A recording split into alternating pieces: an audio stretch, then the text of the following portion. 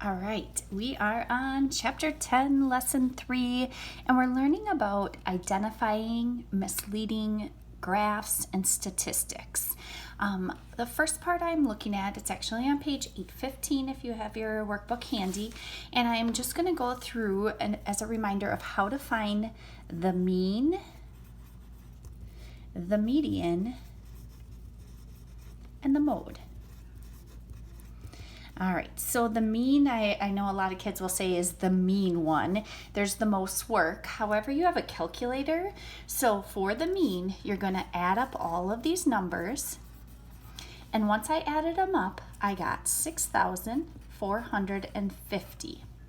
Once you get that answer, now you divide by how many, and they say items there are. So basically, how many different numbers were you given? And so I go through, count them, and there were 5.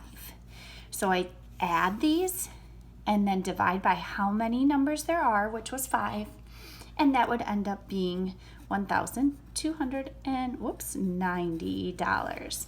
Now, if we were in school, I would be having you write labels even for the mean, median, and mode. On your assignment, you're just going to type in the 1,290. The median, now this is the one where you have to find the middle number. What a lot of kids do is say, okay, here, oh, this is the middle. The rule is you have to put them in order from least to greatest. So I'm going to go ahead and start writing the smallest number, which is 350. The next number is 1,400.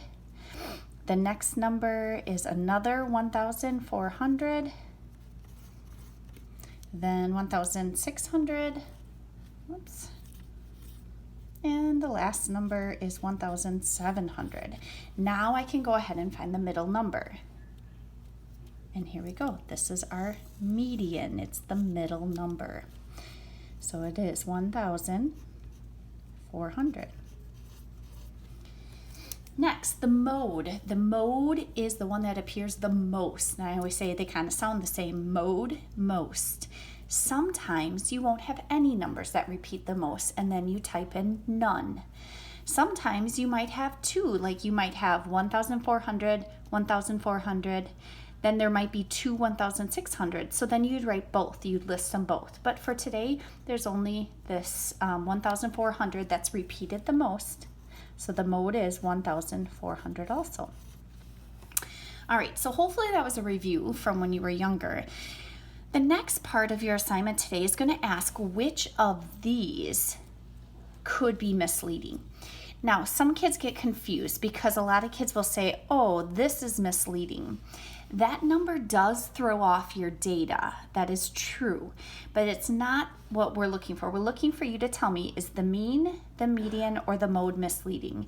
And what I encourage kids to do is look at most of the numbers and which of these numbers don't represent most of them. Sometimes it might be even easier to look at the list. So 1,290 is way down here. Well, not way down here, but right around here in between those two numbers. 1,400 obviously are these numbers. So I would say 1,400 represents more of the numbers than 1,290. And it's not because it repeats, it's just that this number is much lower than these 4 numbers. And so that's why I'm choosing the mean. So again, on your assignment, it's going to say which of these 3 numbers or which of the 3 averages show something that is misleading. So our answer for this one would be the mean. The other part of your assignment is going to be to look at graphs. And I only really have one on there for you guys to look at. But the example here, and this is page 814, the example here is always look at the scale or the intervals on the side. Neither of these graphs are incorrect or wrong. They just, if you look at this one, this goes up 0, 4, 8, 12, 16. So it's going up by 4s. This one's going up by 2s. So how do they differ? They differ on their intervals. If I wanted to ask, or they even say here, which graph appears to show a sharper increase in price? Well, this one looks like it's going up a little bit more dramatically. Which graph might the student council use to show that while ticket prices have risen, the increase is not that bad? Well, this one's a better one. It doesn't go up quite as dramatic. And people use graphs to make it look best for them. So if the student council was trying to show you students that the prices didn't go up very much, they might want to use this. But if the student council kids were trying to show Mr. Fisher or Mr. Benz and Miss Lignovsky that they're really making lots of money over the last few years, then they'd show this one.